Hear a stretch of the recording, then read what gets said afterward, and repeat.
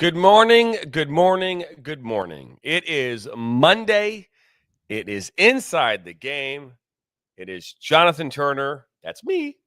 That's Mr. Nathan Wangler. That's him. You're watching it all right here on the National Soccer Network. It is Monday. And you know what that means? It means I can take a deep breath because we have no games today, Nathan. No games today. Whew. Uh, um, it's interesting. So, you look back at kind of like how things have gone over the years for us, right? In our first year of doing this, we would have maybe one game a weekend, maybe two, right? And then it went from couple games till we're going to do 4 or 5 games in a weekend, and then hey, we're going to get some games on the week too. So we had, maybe 4 or 5 games throughout the course of a week. Last summer we did our most games in a month was 50. That was last summer, right? Now we're doing like 100 games a month right now, right? Mhm. Like this weekend in total, on Thursday, 2 broadcasts for well, if I look at the entire week, we had a broadcast on Tuesday, MASL broadcast, 3 broadcasts on Thursday, 3 broadcasts on Friday, 5 broadcasts on Saturday, and 7 broadcasts yesterday, right? So it's a lot of broadcasts that we had last week. I think in total it was 20 broadcasts. So it's obviously a lot. And it only continues, to continue to rise, right? So it's been pretty cool. This weekend we had obviously League for Clubs, got that going this weekend, and we also got MASL finished up their regular season. We'll talk about that today as well. A lot to talk about this week in soccer. U.S. Open gets back. U.S. Open Cup gets back underway here. Round 2 is starting tomorrow and Wednesday. So we'll talk about that here today as well. MASL playoffs coming up this weekend. More League for Clubs, but a lot going on. Mr. Wangler, man, how are you doing? Good. Yeah, you're right. No, it was a busy weekend and a lot of things kind of coming to a head here, at least with the arena side. But just starting up really in a lot of different areas. Obviously, we got League for Clubs underway. Just getting the first handful of games done with that one.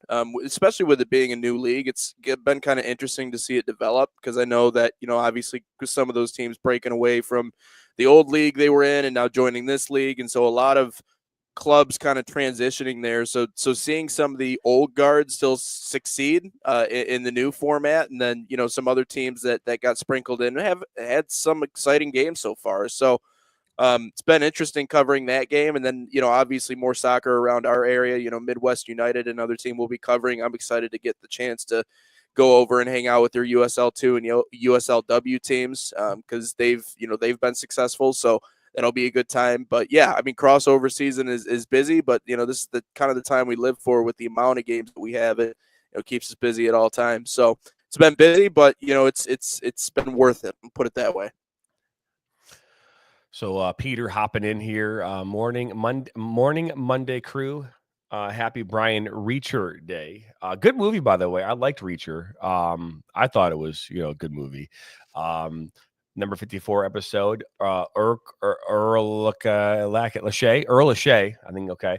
Damn autocorrect, and then it actually meant to say Erlacher, not Reacher. So,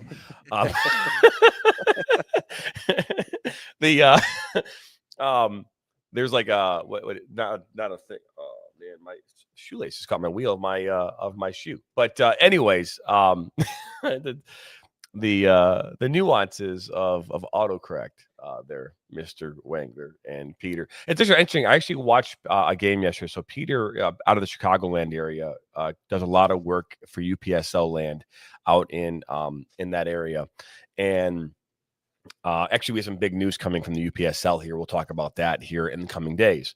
With that being said, he does a lot of great stuff out there. And yesterday, I had to cover, one of the games that he was covering for Chicago Nation yesterday. It seems like Peter kind of dipped his toes a little bit in the commentary, just a bit, All just a right. bit.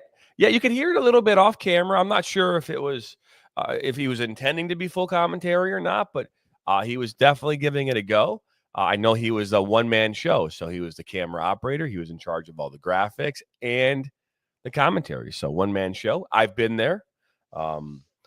So I know that's what that's like. But I'm curious if that's exactly what you were doing. Because again, I could make out the sound, Peter. I just couldn't necessarily tell if that was like if you were just kind of doing it like kind of off camera, or if it was like intended to be full commentary. But curious your thoughts. But anyways, as we wait for Peter to answer and maybe spell the answer wrong, as he did Urlacher. Spell check. He's like second half was better. But I'm making sure that was actually you that was doing it. I was just curious if it was in fact you. But let's dive into some of the nuances of what we do here. We were talking about this before the show, as we do every day, as we get into kind of our green room and talking about the game and what we're doing as part of the network. The reality is that in order for us to be nationwide, we have to be reliant not only on other production companies but other teams, right? That's our biggest thing, right? Like, because someone's like, well, how are you going to pull this off? Well, I can try and go out and hire 10,000 people, but at the end of the day, the teams and the production companies that they're working with are going to have to help us do our thing. And to this point, we've had some growing pains with that, right? Communication, right? If anyone knows, in today's world, we have more ability to connect with people than we've ever had in the history of mankind, and tomorrow will be even more than it was today, and then going forward, right? So it's not like we don't have the tools to be able to communicate properly, right, or effectively. Now it comes down to managing it and scheduling and all those kind of things, but we can communicate up to wazoo, and it's never enough. It's never enough. I can communicate things up until high water, however you want to put it, and it will never be enough, at least in the perception of others, right? Because here you have this, right? And I'm sure you can attest to this too, Nathan, is that I can send you an email, right? And an email directed towards Nathan. I can send you 100 of them, but you might only see the one, just one. And that one, if you didn't read the other 65 before it and the 35 after it, it wouldn't make sense, right? It wouldn't maybe necessarily make sense to you, right? So if I sent an email to 30 people, only 2 of them might see it. On game days, we send text messages to every team on that day that we're involved in. Every team gets a text message. Mm-hmm. And if I were to ask you, I'm going to ask this question. How many teams do you think responded in the text group that we put together on Saturday? How many teams do you think responded in that text group? Not many. Out of the, Out of not the 12. many. Not many. Not many, right? Yeah. So just 2 out of the 12. And they have been the most responsive too. So when they respond very well. So for them, kudos. But the other ones, no response. So when we are getting close to game time and we don't have what we need and we're trying to get you on the phone or texting you, you can only understand how that might manifest itself into something more poetic. I like that. I'm going to use that, poetic. Because I don't know. I mean, if William Shakespeare could sit in a chair next to me, I could only imagine the playwrights that he would come up with. To be or not to be, right? Right. So it's extremely frustrating. And then, of course, there's a conversation about not say quality, but how, if we're getting them so late, is there an issue or is there a concern, about that? You know what I mean? And I don't even know. I don't even know. Yeah. I mean, part of it is expanding coverage to these leagues, and the fact that they're just, maybe part of it is they're just not used to it. That's the other side, is they're just not used to. They're not used to comprehensive coverage, or not used to people, being there trying to cover these games, at least not well. I mean, the truth is in the live streaming age, a lot of people will just set up cameras and just kind of go. I mean, you see that all over the place. And most places it's because they can't afford a talent. But other places it's just because they just don't have people available to do it, or they just haven't had anybody want to do it before. So I think there's that element of, they have to get used to it. They have to get used to the processes. They have to get used to us kind of getting in contact with them. They have to get used to being able to put something out well, which is just, again, it's just something they're not accustomed to. It's also hard, when you think about the expansion and the reach in which that this is being done. It's going a long ways. I mean, we're doing the games from where we are. The games are out, at least for the league for clubs, are out in NorCal. It doesn't, not all the leagues that we do, obviously they're kind of sprinkled across the U.S., but it's communication is definitely a big component. And again, I think it's just a matter of getting used to the type of coverage that we are providing, which I think some of these clubs, to be fair, the teams and the coaches themselves, and this is a universal truth that this will never change in my personal opinion. The only thing coaches and players think about is how do we go out and win this game? That's their focus. So everybody else surrounding it, their focus is, the broadcast and getting stuff together, but it's a business at the end of the day. So, their energy is kind of being brought in different directions. They're focusing on, sponsorships and a lot of this other stuff. And oftentimes it takes a lot of work to get everything around the game itself ready to go, that all of a sudden, people sometimes, at least in their list of priorities, sometimes broadcasts, at the very, very end of it, have the least in terms of importance put on them. They're at the bottom of the totem pole, which I don't agree with, and I've always talked about the benefit of having good, solid broadcasts and good, solid coverage in terms of growing the popularity of whatever league it is or whatever thing it is that you're focusing on. That in my mind, and of course I'm cut from that cloth. I'm from that world, so I understand the importance of it, but people who aren't, I would get why, maybe cutting corners or, not doing things the right way or just having it on and just calling it a day. I would understand why that would probably be, what they think is okay. But, does it diminish the quality of what we do? That's the question in my mind. No, I don't know if it diminishes the quality. I think that, again, I used to come from this mindset that, the having a high level camera, all of that was important, and it is important. I mean, it is. But on the flip side of that, what's the alternative, right? I always say this, for the last 3 years leading up to this point, my thing was, okay, well, let's get us to a standard, and then from there, the standard will always be like, how do we raise it, right? How do we continue to elevate, right? Because there's just, and we're still in this world now in the soccer space where it's either the choice is darkness or game, right? So it's either nothing or what we do, right? That's the difference, right? So in most cases, if there wasn't a Peter out there with a camera who invested time and money into getting this equipment and learning some things along the way, these games wouldn't even be seen, right? So we're going from never being seen to now they're being seen. So the level in which they're being seen does not matter as much today. 2 years from now, when you look at the platform and you're seeing all these games happening, it will matter.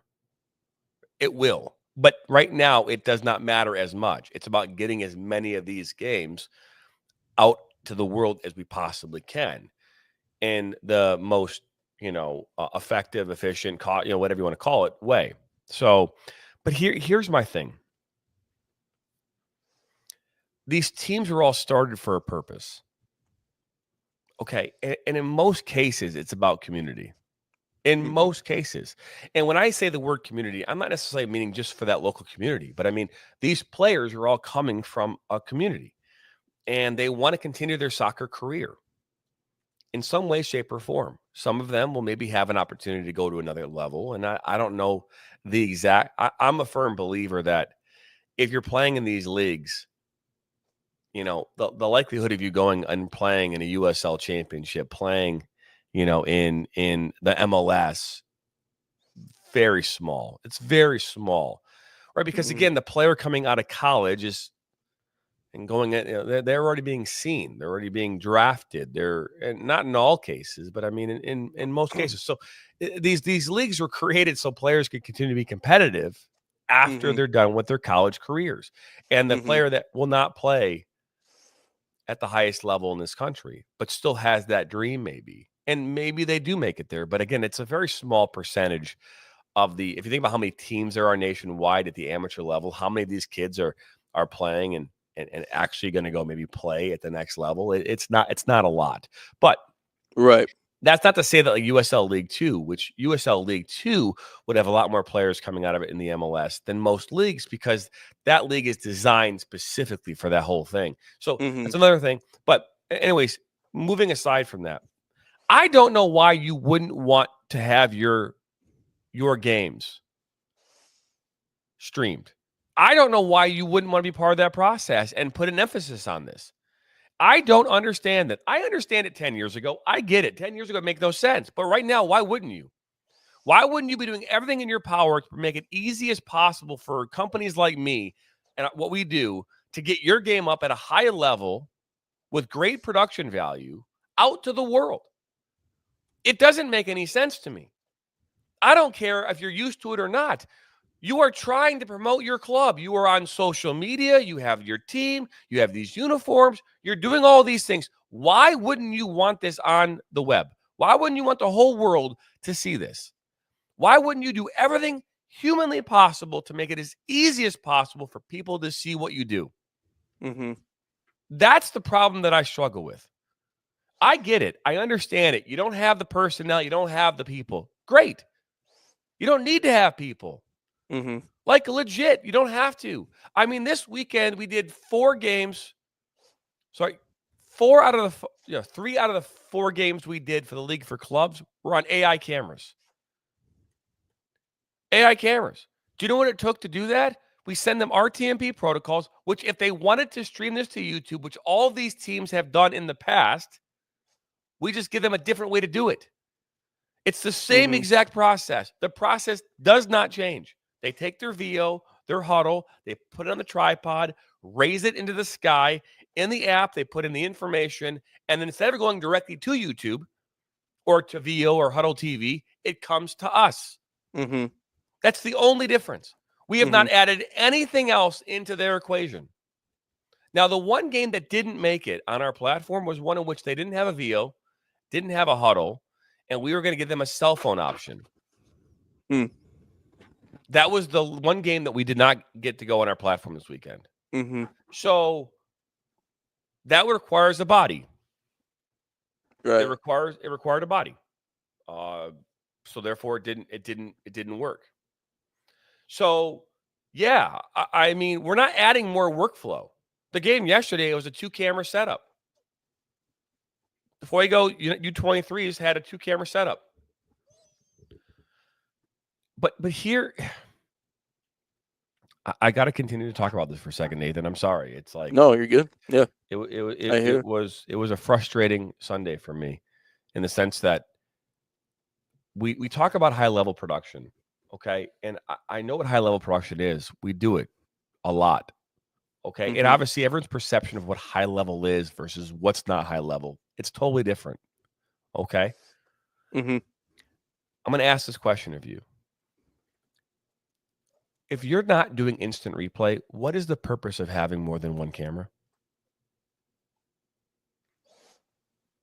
Yeah, I mean, to get different angles on stuff, but I've been on broadcast before that have multiple camera angles where we didn't necessarily run replay, but I think it is the benefit of giving you different angles on different things and being able to spotlight certain stuff.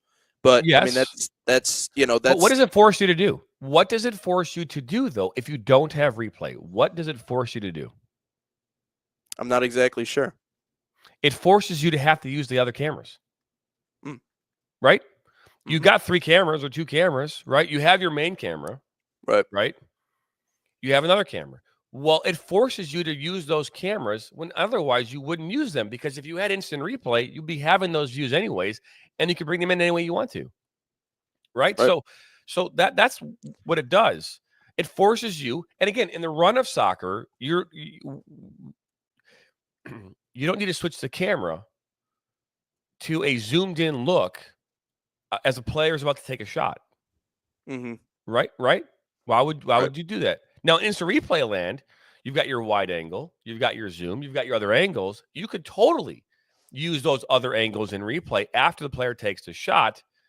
Now you have replay 1, replay 2, whatever. Mm-hmm. You know what I mean? Right. So yeah. So like last night, I'm watching this high level production because we're getting this feed in, and they're using 2 cameras and they're switching it during the run of play, and they're doing it during players shooting. So you're getting the zoomed in look of a player shooting, not the wide angle. And again, you don't now have the other angle to work with. Mm-hmm.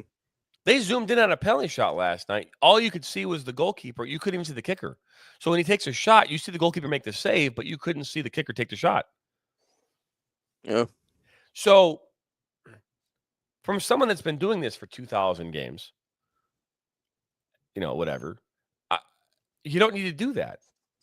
These soccer games don't require more than 1 camera. They don't, especially if you're not going to do replay. Now, if you want to do replay, which like we do, I can bring in many cameras. I can bring up to 8 cameras into my system and run replay for all 8 cameras individually down the pipe. Mm-hmm. But, so it's frustrating because everyone I talk to says high level. Like, oh, yeah, we're high level this. We're high level. We have a lot of high level production. What does high level mean? I know what high level means, but when someone says to me that they use OBS, you can provide a pretty high quality broadcast through OBS. I mean, Mm-hmm. you can. It can be done. But high level to me is the final product. High level to me is how the game is produced. Mm-hmm. Not so much because I can spend $25,000 on a camera. That doesn't mean it's going to be a good game, good shoot. Right? I can buy the most expensive computer on earth, but if I don't know how to use those graphics in that computer, doesn't really matter. Mm-hmm. I can invest a ton of money in this stuff. Right. But how does it show up? Mm-hmm. So, like that's the thing, and I'm sure that's the one area that I'm kind of struggling with right now when it comes to these leagues is that the varying degree of what people consider to be high level. Yes, compared to a VO camera, what we did yesterday was higher level, but I would argue that at least in VO land or AI land, I would have been able to see the action better than I did yesterday. And I wouldn't have to be, because again, the viewer at home's going, what am I watching right now? Right. Mm-hmm. Why are we zoomed in here? Why are we switching cameras in the middle of play? Mm-hmm. It just doesn't make sense to me. But yeah, I mean, even VO cameras can be tricky too, because sometimes they don't follow the action, so Nope. sometimes you'll have something going on in one half of the field and it's showing you the opposite half. Sometimes the definition isn't necessarily there. So I'm kind of in the same boat. At least I found myself in the same boat as like a lot of our viewers, which, can be a tough place to be sometimes. So I think the hardest thing that I think we're all learning is that the most important part, in play-by-play and production value and getting a good signal and all that stuff is great. But I think a lot of it, what it comes down to at the end of the day is just having, if you're going to have a VO camera, that's fine. I think soccer is actually more set up for something like that. I think there are other sports that probably not the greatest option, but again, we're going for efficiency and we're going for cost efficiency and all those other things. So, I mean, that plays a role in all of this. But, so there are inherent issues with, the AI and all that stuff too. But, having good camera people who just kind of have an understanding of what to get and when is also really important, and who's running the switcher, who's choosing those camera angles. So, and that's something that it seems not all that important, but if you miss the important stuff, it kind of puts everybody else in a hole. So that's that's what I'll add about that. Well, no worries. Well, this is the League for Clubs, the NorCal Conference. We have been covering them since the 22nd of March. And they're right at the top of the table right now with 9 points. FC Davis, they've won all 3 of their games. They got 10 goals for again. San Ramon currently staying right there second. They have won obviously 2. They've got 7 points, so two wins and a draw. Then you got Napa Valley. They got 2 wins. They got 6 points. And then Fuego, they won their game yesterday. Again, all of these games can be seen right here on the National Soccer Network. Yuba right there, they got their first win as well this past weekend. So there's a look at the current standings here. League for Clubs, you can go to leaguefc.com, theleaguefc.com to learn more about that league and the teams that are playing. And I believe there's 43 teams nationwide. So give you an idea. Take a look here at the MASL. My goodness. And the MASL regular season has come to an end. I'm going to try and zoom in a little bit more here. There we go. Boom. So Chihuahua Savage finishing atop the table with 58 points this season. They finished, they were only among 2 teams? Yeah, only 2 teams finished with a home record undefeated. That was Chihuahua and San Diego. Playoffs take place this weekend in San Diego. And it'll be interesting to see kind of how that plays out as those 2 teams will be playing again amongst the groups. They're the number 1 and 2 seeds. Baltimore Blast, Kansas City Comets, Milwaukee Wave, Utica City FC, Empire Strikers, and St. Louis Ambush all made it to the playoffs. The St. Louis Ambush, man, missed it by seriously just 1 point. Where did it go with the points? Actually, was it? Yeah. No, actually, I'm sorry. They made it in. Tacoma Stars missed it by 1 point. By 1 point. So just 1 win would have gotten it, So brutal. One win. Yeah. You can see the top 3 teams right now, obviously Chihuahua, San Diego, Baltimore, all making a run. I talked about it in a video that on social media that being in San Diego changes everything. And so I think that the runaway favorite right now has to be the San Diego Sockers. What I will give Chihuahua, and I said this on our last show when we were talking about the MASL and how this might all play out towards the end of the regular season, I was kind of critical of them in their ability to play on the road. I said their road record is not great, and it was not great. It was middle of the pack, the last time that we talked. Now you look at it, now they got 8 wins on the road. So it's clear to me that not only are they streaking at the right time, not only are they finding their best options and finding their stride at the right time, but they're doing it in a place that they haven't been doing it for the most part a lot of this season. And they're doing it off the back of right now the superstar, the face of this league, if you will, in Jorge Rios. And there have been players that have come and gone atop the goals scoring leaders and the point scoring leaders, and he has never wavered. Jorge Rios has been atop those standings what pretty much feels like all year. Now, a lot of the other categories have kind of gotten shifted around as the season has gone, and I think we've seen, at least Tavoy Morgan, I don't know if he's hurt. I think we've seen him take a little bit of a step back down the year, but Jorge Rios has been outstanding. So top 3 teams are making a run. Here's what I'll say, though, because as we look at this deeper, Kansas City's just kind of floating right now. And good for them on keeping that top 4 spot all year, because that's not an easy thing to do, because they've been on and off, and it's been a roller coaster, and it's been up and down, and they've had some stretches where they've traded wins to loss to wins to loss. That's kind of where they are right now. They were able to beat Utica City, and now, mind you, that's a team that I thought was kind of a dark horse, but truth is that offensively speaking, they have no issues. They score a lot of goals, over 170 goals. They can't take any pressure off their net. And so that's when I watched at least that game back, the KC and Utica City game, which came all the way down pretty much to the very end. It was an overtime. KC ended up winning it on a penalty shot. There are holes in Kansas City's games. And against a team like Utica City, that's easy enough. You can come back and put pressure on their net and probably score a couple of, easy ones and get yourself back into the fight. Because, again, Utica City does not necessarily strive when it comes to protecting the net. But you put that same performance against Chihuahua, you put that same performance against San Diego, you put that same performance against Baltimore. I'll talk about them in a second. It's not going to work out.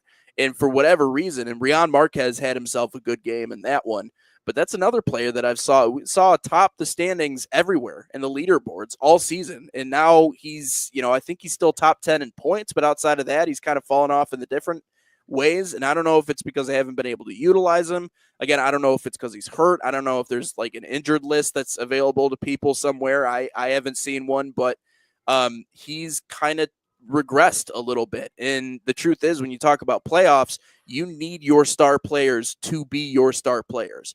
And so KC, albeit in the top 4, it's one of those things like, don't let the standings fool you. Okay. Like my prediction, my official prediction is that they won't last past the first round.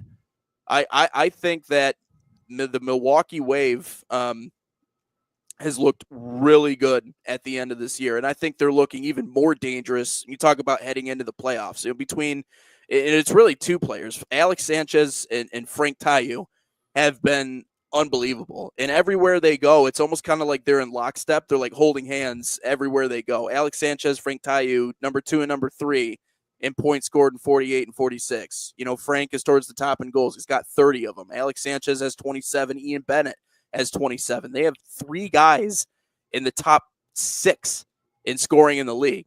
And then you have Alex Sanchez, who is leading or second in the league in assists. He's got 21. He's in a 3-way tie right now for that spot. Jamie Lovegrove from Dallas, and then Robert Palmer, I believe from Tacoma, who are also in that league. So you have right now a group, offensively speaking, that's running as efficiently as they possibly can. And so that's what's so scary about that team. And so to be honest, JT, and I know this is bizarre, saying that they went to a championship last year, that they won't get back to it. I don't believe they're going to get out of the first round. I don't think they're going to get out of the first round. I think right now Milwaukee looks like the better, more sound team in that equation. So that's what I think about that. I know I was high on Utica City and what they're able to do. They need a streak of luck. They need something else to go their way. They need to figure out a way to take pressure off the goal if they want to have really any chance of getting there. So that's kind of my breakdown of the way things look. My favorite to win it all is still Baltimore. I think the thing is about arena soccer is playing at your home makes a whole lot of difference. And I know that things obviously get shifted around as we go down the pipe. But, when you talk about the last 4 titles being between Chihuahua and San Diego, like there's a reputation there. And so, if there's any team that I think has the potential of kind of sneaking in there, pulling off an upset or getting to that end of the line, I think it would be Milwaukee. And simply because of how they finished the year, simply because of how they've done to finish this regular season, I think is going to kind of put them up over the top. But, the hardest thing is going to get past San Diego. And a lot of it has to do with their goaltending. Boris Pardo is impressive. I'll put it that way. I mean, a 4.38 goals against average in arena soccer is damn good. That's really, really good. If you're only letting up less than 4.5 goals a game, that puts you in a really good spot. Another thing I talked about, your stars need to be stars in the playoffs. So your goalie needs to be able to stand up and make big plays. I mean, we're hockey fans, right? Anytime the Wings won a Stanley Cup, it was because they had good goaltending. Good goaltending wins you championships.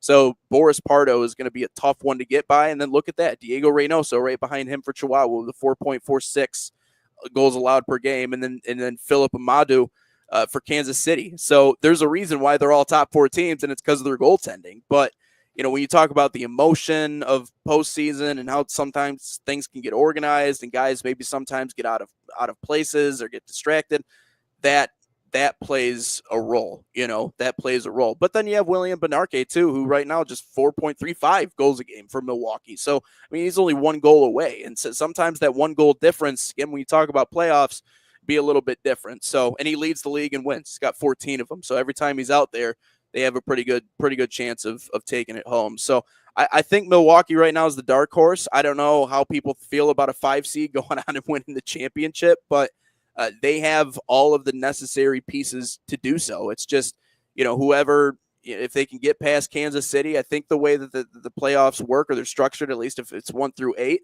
it would be Chihuahua next that they would play against, barring some sort of miraculous upset by St. Louis, who, good on them for sneaking in. They have a -6 goal differential, so clearly they've been just kind of riding that line. They're like the 2021 or 2019 Detroit Pistons. They'll sneak in as an 8, and then they'll get swept out, and then we'll never hear from them again. So if they can somehow pull off a massive upset, well, then that would really pave the way for Milwaukee. But don't get past Kansas City. That's an important one. But if they're able to get past them, then they have to take on Chihuahua. They have the hardest path.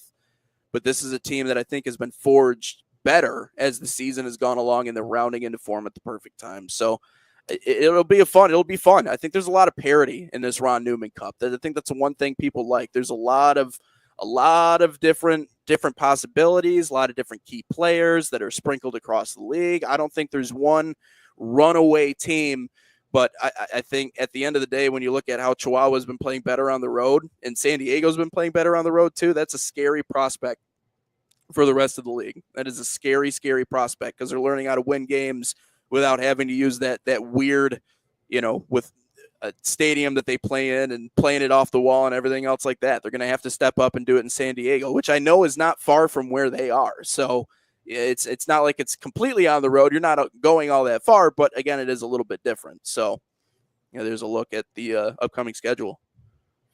That it is. We will actually bring to you live on the National Soccer Network here on Saturday night, the 7 o'clock kickoff between Baltimore and Utica.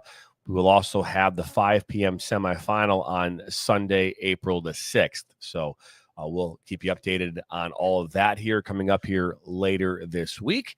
But that's a look at the MASL and League for Clubs as we just showed you here on the air.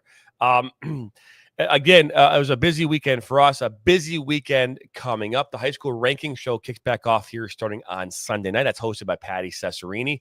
You can check that out, 8 p.m. Eastern coming up here on Sunday night. It is for the Michigan high school girls soccer season, so that will kick off and get underway. We are currently booking all of our high school games right now as well, so we'll update you on all the games we've got coming your way here throughout the coming days and weeks. So, U.S. Open Cup gets back underway here tomorrow. Round 2 starts to get underway here tomorrow, and some big matchups, right? We'll talk about those here for Tuesday, April the 1st right now. 6 p.m. tomorrow, Columbus Crew 2 will take on Lexington Sports Club of the USL Championship at Laura.com Field in Columbus. We've been there, called a couple games there, me and you, Mr. Wangler. Loudoun United will take on Virginia Dream. United in Loudoun is in the USL Championship. That game will take place at Segra Field. I've been there too. This is kind of fun. I can say I've been to this field too. Let's see here. Greenville Triumph, USL League One, will take on Charlotte Independence of the USL League One. So both those teams know each other. That takes place at Paladin Stadium in Greenville, South Carolina. Never been. I've been to South Carolina, but never been to that stadium. So that's so far I'm 2 for 3 so far. Birmingham Legion of the USL Championship will take on MLS Next Pro Chattanooga FC at Protective Stadium in Birmingham, Alabama. Never been, so now I'm 2 for 4. Let's see here. FC Tulsa will take on the Des Moines Menace. FC Tulsa is in the USL Championship. Des Moines Menace is in USL League 2. That'll take place in Tulsa, Oklahoma at 1OK Field. I am now 2 for 5.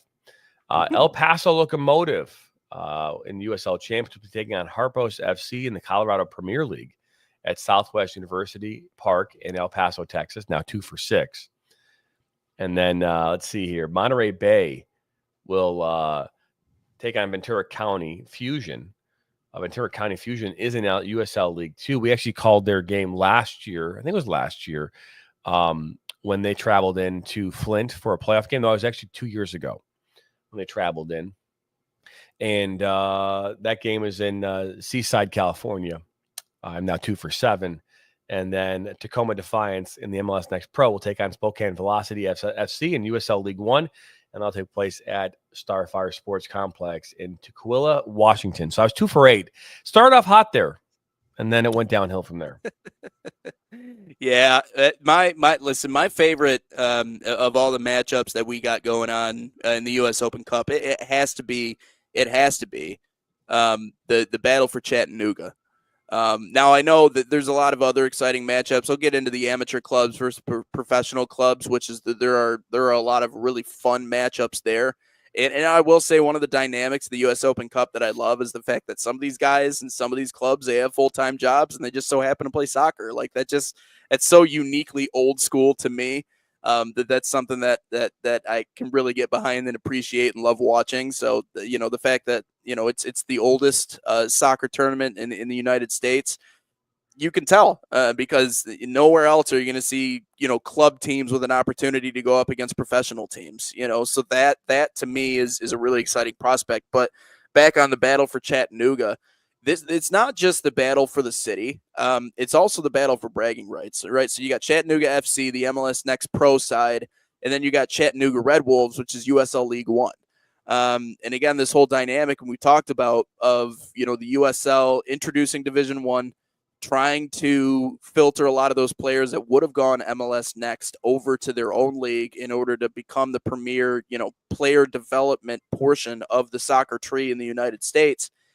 They need to get statement wins. And I think a lot of this, it's actually more the pride of the players themselves and the squads themselves than it is necessarily the league that's all that excited about this. I mean, this is, not just bragging rights. Again, winning over Chattanooga, it's, you have the USL going up against the MLS Next, and so I think anything that breeds competition is good for the sport, and initially when we talked about, the USL introducing yet another league and this, that, and the other thing, I was like, well, what is the benefit of all this? I feel like it's becoming just more and more watered down as we go. But now that I take kind of a zoomed out look, at least when it comes to the US Open Cup, this is a chance for both leagues to kind of put their best out on the field and see, okay, what do you got? And not just that, but two teams from the same state.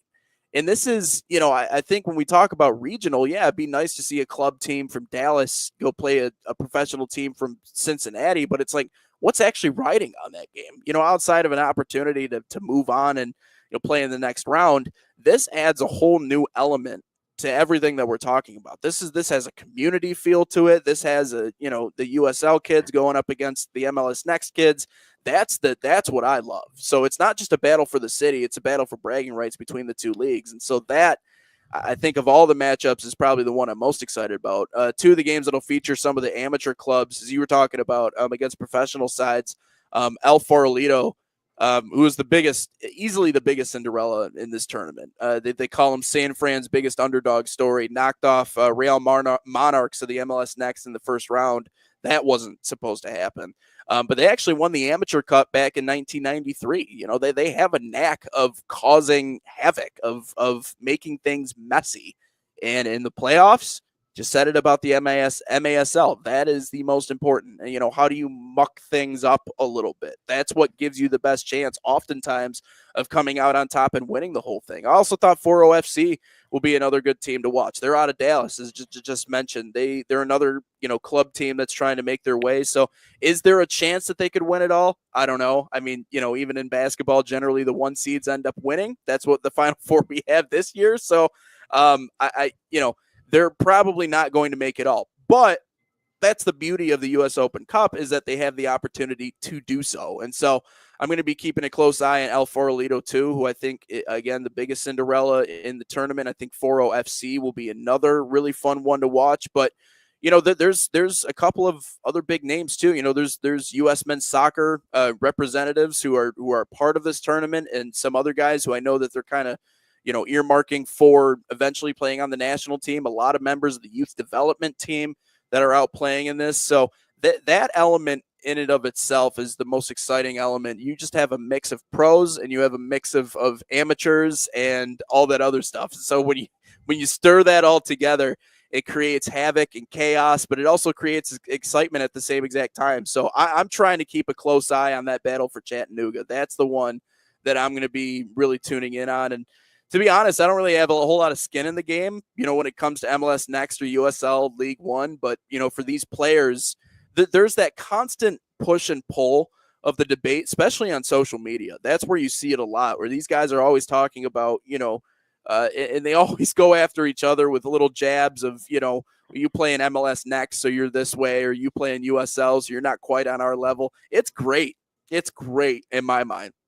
It's all real good fun. And, especially with the USL trying to introduce all the different stuff that they're doing with Pro Rel and growing their league.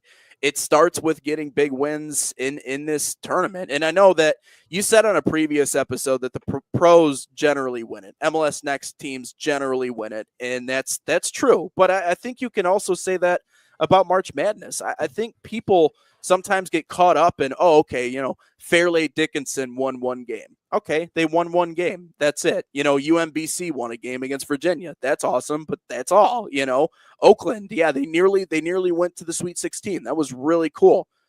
They didn't get there. They lost to NC State. So it's like it's fun to see those upsets, and I think that's what draws people in. Now, are they going to go end up winning the whole thing? No, probably not. There's a Kentucky or a Duke or a Kansas or or Tennessee or Houston that's waiting, or Auburn that's waiting in the wings to take them out. But it at least provides people with the excitement of seeing Joe Schmo, who might work a full-time job but also play soccer, to go out with his group of guys and go win the games. And we like seeing amateurs going out there and getting after it.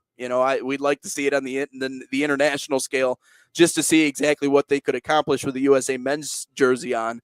But we get to see it on a much smaller scale in the US Open Cup, because that's the way it's been formed, and that's the way it's been going for a long time. So a lot of key matchups in there to keep an eye on. Yeah, and it continues here on Wednesday. We'll talk about those matchups here tomorrow, but keep an eye out on the nationalsoccernetwork.com for more information as it pertains to these games. We'll have the schedule on our website, as well as the results here tomorrow night.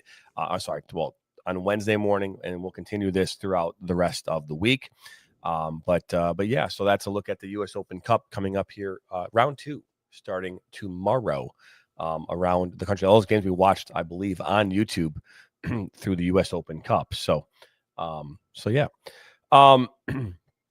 For the sake of the show, we have to end things a little earlier today. I did want to say this, Nathan. We talked about this last week. I know we weren't available on Friday. I had a press conference I had to be at, so I do apologize for that. But tomorrow, we're back at our normal time, and Wednesday normal time. Thursday, I will be on a plane. So literally at 9 a.m., I'll be taking off, heading to San Diego. On Friday morning, I will be available for a live show. It'll be 6 o'clock in the morning there in California. But I'm going to try and do it. I'm going to see the lay of the land. I can't make any guarantees or promises at this moment, but I'm going to get the lay of the land. And if I believe we can deliver a live show on Friday morning from San Diego, I will do it. So that's my promise to all of you. But I do have to get into some meetings this morning, so I do apologize, Nathan. We're going to wrap this thing up here in a moment. But I want to thank everybody for stopping by. Don't forget, subscribe, like us, share this with your friends and family. This was episode number 54 here on the National Soccer Network and Inside the Game. And we want you to come back here tomorrow morning. We'll continue the conversation about U.S. Open Cup. We're going to get into the conversation about recruitment. We want to talk about that some more. We talked about the nuances of the transfer portal and things like that in club soccer, but we actually want to talk about recruitment and how early is too early. When should that process begin? Let's talk about that tomorrow and continue that conversation throughout the rest of the week. Reason why is, think about this, right around the corner, that June 15th deadline. That's when coaches can start contacting players, right in June. So that's when they can start have that process. That process can begin where coaches and players can have conversations. So we'll lead up and into that here in the coming weeks. But that'll do it here from us on Inside the Game on this Monday morning. Enjoy the rest of your day. I'll be back at it here tomorrow, Tuesday, right here on the National Soccer Network.